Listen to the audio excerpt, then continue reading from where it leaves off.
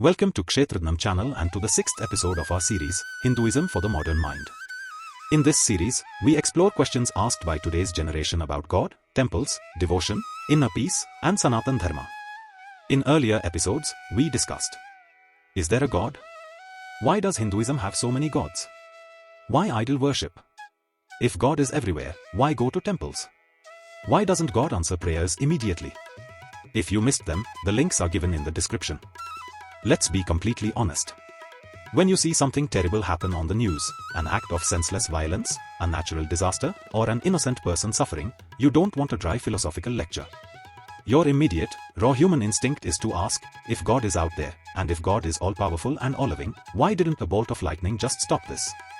Why does the Almighty remain completely quiet? It's the oldest, most frustrating question in human history. If the divine is everywhere and in everything, then where does cruelty, anger, and injustice come from? Did God create evil? Today, we are going to break down this cosmic mystery using simple, real-world stories from great spiritual masters. And by the end of this video, you'll see that the world's darkness isn't proof that God is missing, it's actually part of a much deeper journey. To understand how darkness can exist in a world made of divine light, let's start with a famous story from the great 8th century master, Adi Shankaracharya. Imagine walking at dusk and seeing what looks like a snake. You freeze in fear. But when someone shines a lantern, you realize it was only a rope. Sri Shankara used this idea to explain suffering and evil. In ignorance, we see separation, me and them. Fear and ego project darkness onto the world, just like mistaking a rope for a snake.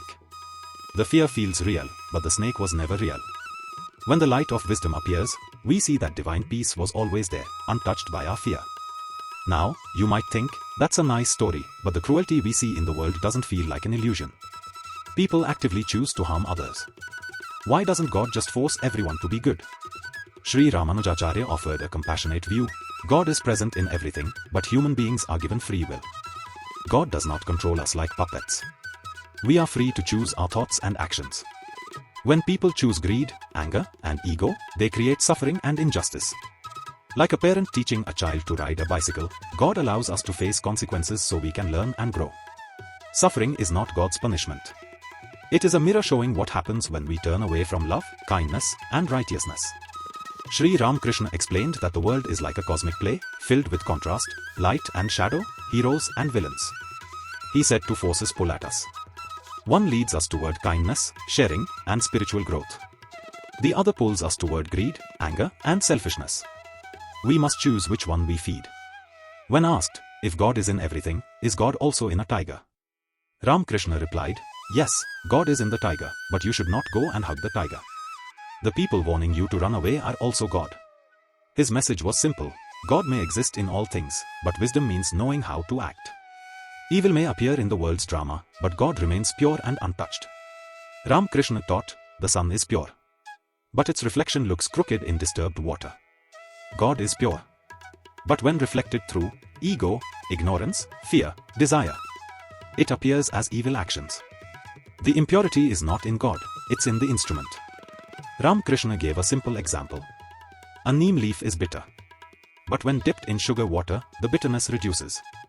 He said, fill your mind with God. Then the bitterness of the world cannot harm you. Evil does not disappear, its impact disappears. Ramakrishna's student, Swami Vivekananda, took this message to the modern world with an incredibly punchy analogy. He said, stop looking at the world as a permanent vacation home where everything should be perfectly comfortable. Instead, look at the world as a moral gymnasium. Think about how a physical gym works. If you go to a gym and all the weights are made of feathers, your muscles will never grow. You actually need the heavy, painful resistance of iron to build physical strength. Vivekananda argued that the human soul is exactly the same. Misery is a greater teacher than happiness. It is blows that bring out the inner fire more than praise. If there were no injustice in the world, how could true compassion be born? If there were no cruelty, how could unshakable courage, forgiveness, and heroism ever manifest? The hardships, the mean people, and the unfair situations we encounter are the heavy weights.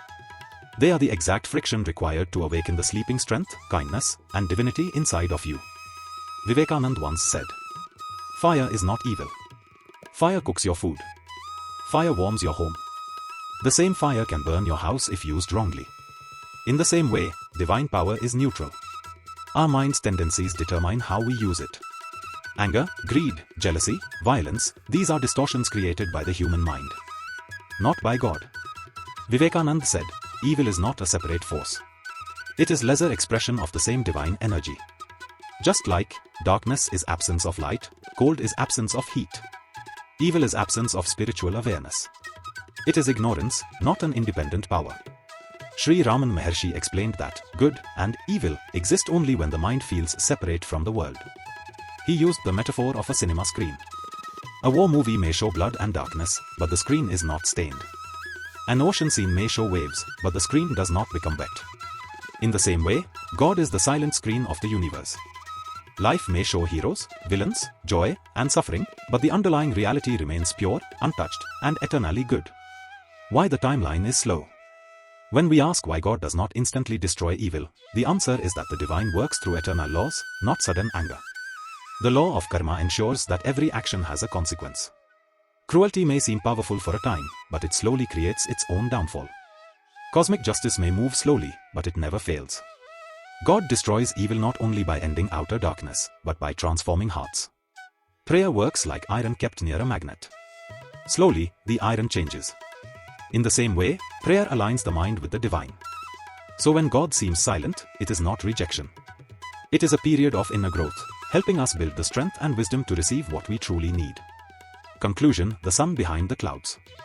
The existence of darkness in our world isn't proof that God has abandoned us. It's just proof that our journey isn't finished yet. But we can't use this high philosophy as an excuse to sit back and do nothing. We can't say, oh, evil is just an illusion, so I don't need to care. While anger and cruelty are part of the lower, ignorant side of the world, our job as conscious human beings is to bring the light. Our job is to heal suffering, practice everyday kindness, and stand up against injustice whenever we see it. As Swami Vivekananda beautifully put it, the only way to make the world good is to make ourselves good. Thank you so much for joining us on this journey through these timeless insights. If this video brought a little clarity to your mind or peace to your heart, please hit the like button, share it with someone who might be going through a tough time right now, and subscribe to join our community. Until next time, keep seeking, keep striving, and always remember, no matter how dark the storm clouds look, the sun is always shining brightly right behind them. Namaste.